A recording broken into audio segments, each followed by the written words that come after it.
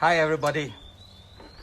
Today is Monday, the 20th of April, and we are on devotion number 21.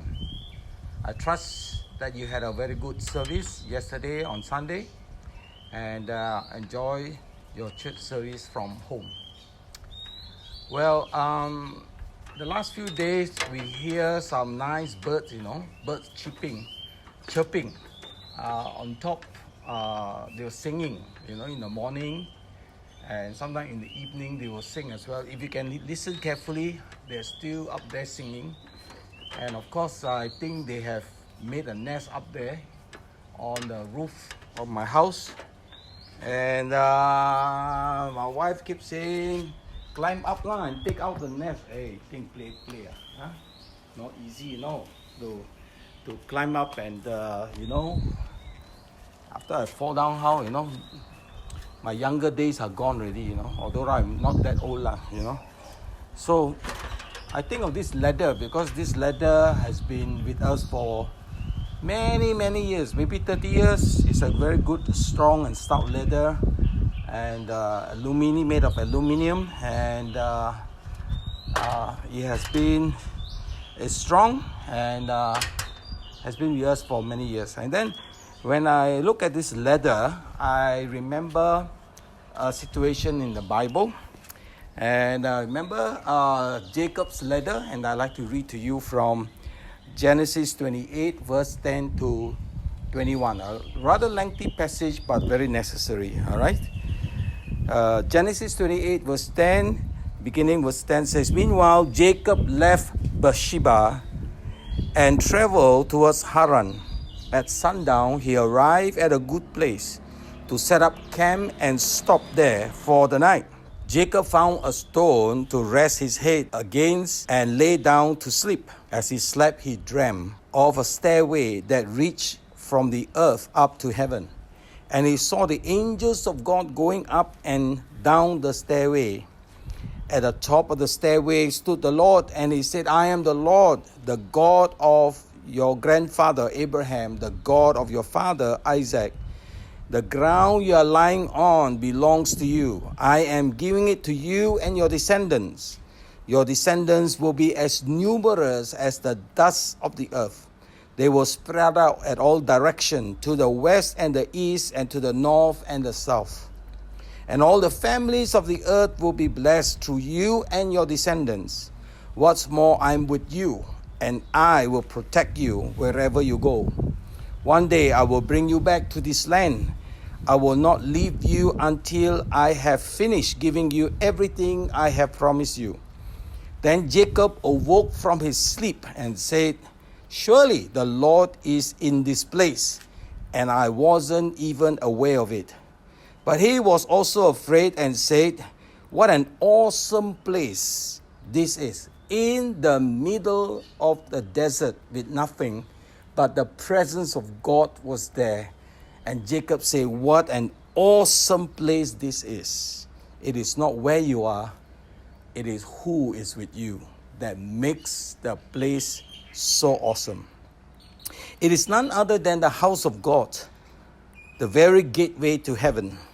The next morning, Jacob got up early. He took the stone he had rested his head against, and he set it upright as a memorial pillar.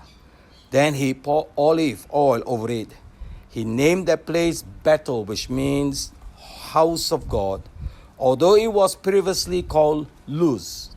Then Jacob made his vow, if God will indeed be with me and protect me on this journey, and if he will provide me with food and clothing, and if I return safely to my father's house, then the Lord will certainly be my God. And this memorial pillar I have set up will become a place for worshiping God, and I will present to God a tenth of everything he gives me.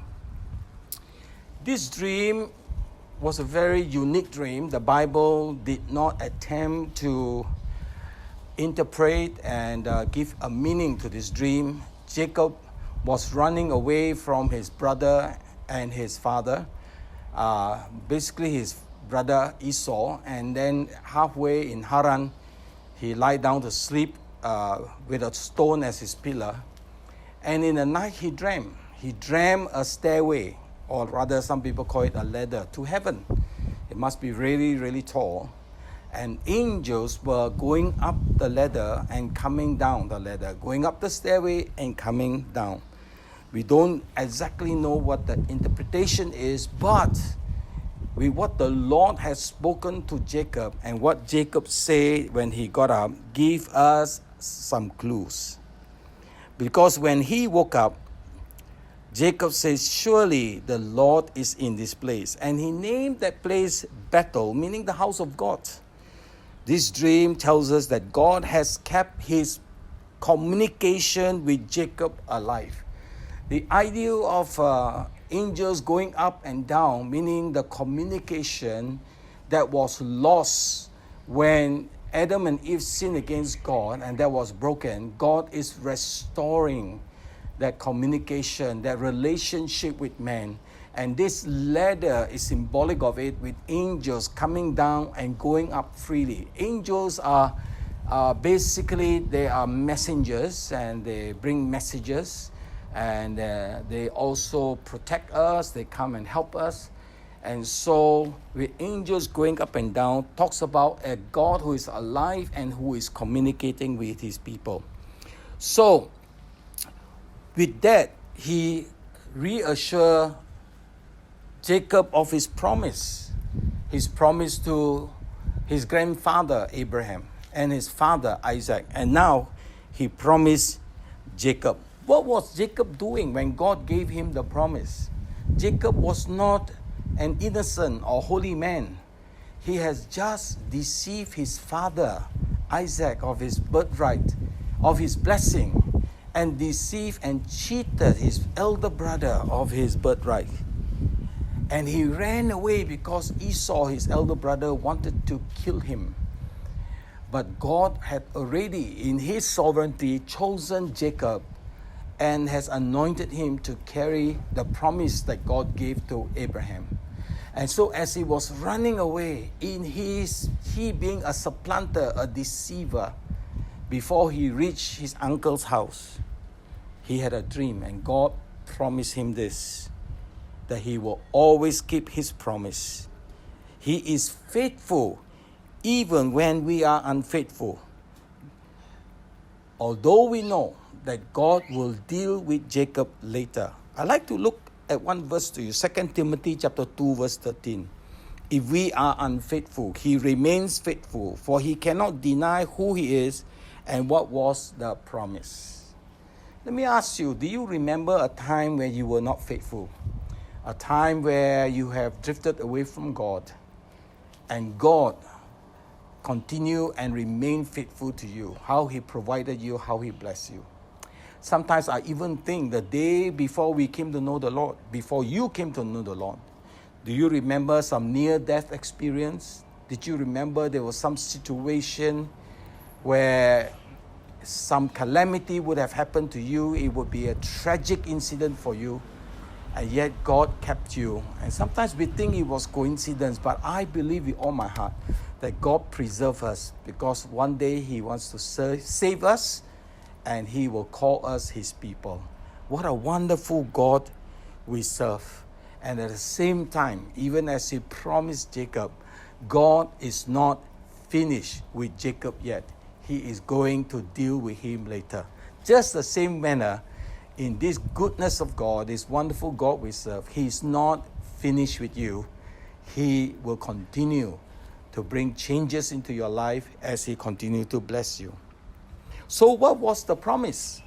Let me just go a little bit deeper as to what the promise was. Firstly, God promised that he is with Jacob, no matter where he is. Right there at the beginning, at the place where he ran away in Haran, it was like desert. There was nothing much there. He was running away from home. He was running away from the promised land. And I know what it is like running away from home. Frankly speaking, all of us are locked down at home, isn't it? Can you imagine if it is not home? If there's war somewhere in some nation and you are caught there, Oh, I think you'll be crying now. So be happy that you're at home, right? You get home cooked food, you get a loving family who plays with you and sit down and be with you 24 hours a day. Isn't it wonderful? But God told Jacob, my presence is with you. I am with you. So really, brothers and sisters, it is not where you are which is important. It is who is with you. Secondly, God promised to protect him because he is the promised one. So God promised to protect Jacob wherever he goes.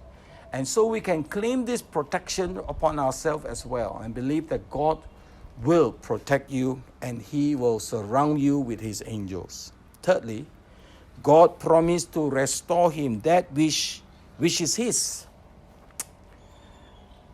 Maybe Jacob, as he ran away from home, is afraid that he would have lost his home, his land, where he is. But God promised to restore it to him. Have you lost anything in life? Have you lost something precious to you? Is it money or property? For some, your mental state. For some, your emotional health. God promised to restore to you. You can claim it. And I challenge you, encourage you to claim what God had promised you, that which was lost, that God will restore it back to you. Pray every day and believe and look to him. This entire dream reveals God's awesomeness, God's sovereignty, and God's faithfulness. The real question is, at this point, is how do we respond to God? The same way in which Jacob responded to God. How did Jacob respond to God? He responded to God in the last 3 verses. I've read to you and let me read it again. Genesis 20 to 22. Then Jacob made his vow.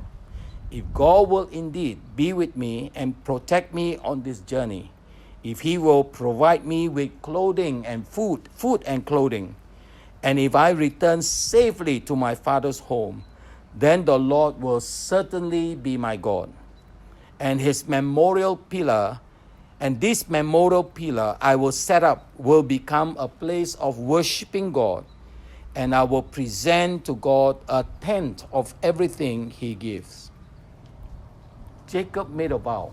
His vow is that if God will protect him, if God will provide him food and clothing, if he will restore the promise that God made to Jacob where he come back to his father's home, and then he said God will be his God. He will never stop believing and never stop worshiping God. He will be faithful to God. And he said this, I will give a tenth of everything he gives to me. What is a tenth? It's a tithe. Say, I will tithe to the Lord. You know, a vow, God made a promise to us. He kept it. Many of us made a vow to God. Remember the vow you have ever made to God? Have you kept it? Have you kept your promise, your side of the promise to God? Well, the bird is still up there. The nest is there. I will go and check and see. Maybe bring down the nest, okay? What I do? Are you on? Help me! The ladder fell down. Help me!